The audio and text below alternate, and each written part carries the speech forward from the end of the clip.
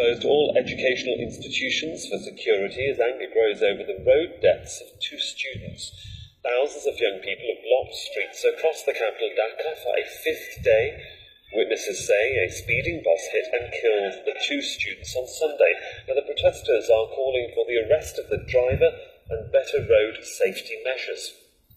Tanvir Chowdhury is our correspondent and is following events for us from the Bangladeshi capital. I mean, is this protest by the students just about the deaths, Tanvir, or the general sort of law and order environment overall?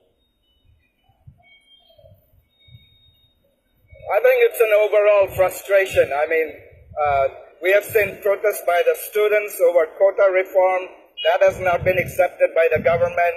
Many of the students were beaten up by the government party students.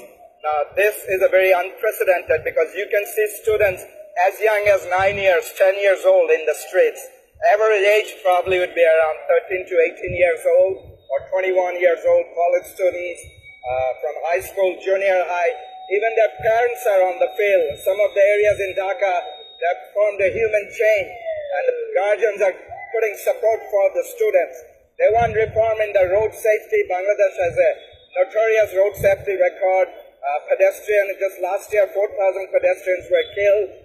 You can see old cars, trucks and buses without proper license, even headlights in some cases, still fly on the road in the evening.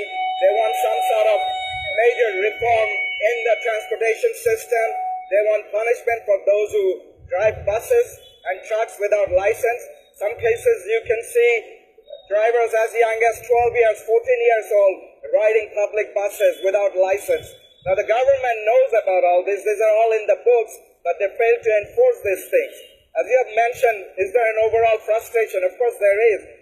People are unable to protest nowadays. There's a limited space for freedom of expression. The press freedom is also limited. There is an election down in the end of this year, so there is a general sense of frustration. Opposition parties cannot protest. They don't get permission to protest. So there is an overall frustration. Otherwise, you will see this sort of unprecedented number of students in the street all across the country. Indeed. Just give us a sense then. I mean, behind you, obviously, lots of people have gathered. We could hear the police sirens or certainly emergency services sirens in the background. What is the atmosphere there like on Thursday?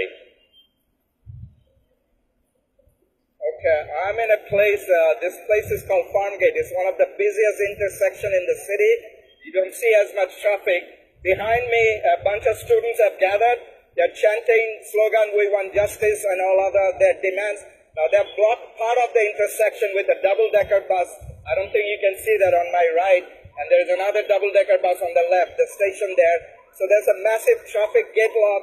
Most of the people didn't come out. But this is just one part of the intersection in the city. There's several of them all across the city that are blocked like that. And the students are directing traffic. They're allowing emergency vehicles to cross through. They're checking driver's license of public buses and even private cars. That do you have a valid driver's license? Why aren't you wearing seatbelt? You know, they're taking over the streets, you know, literally. And this movement probably will continue until most of the demands are not met. And there's going to be probably a political fallout, if not anything, out of this down the road. We shall see what happens as the day progresses. For the moment, Tanvir, thank you.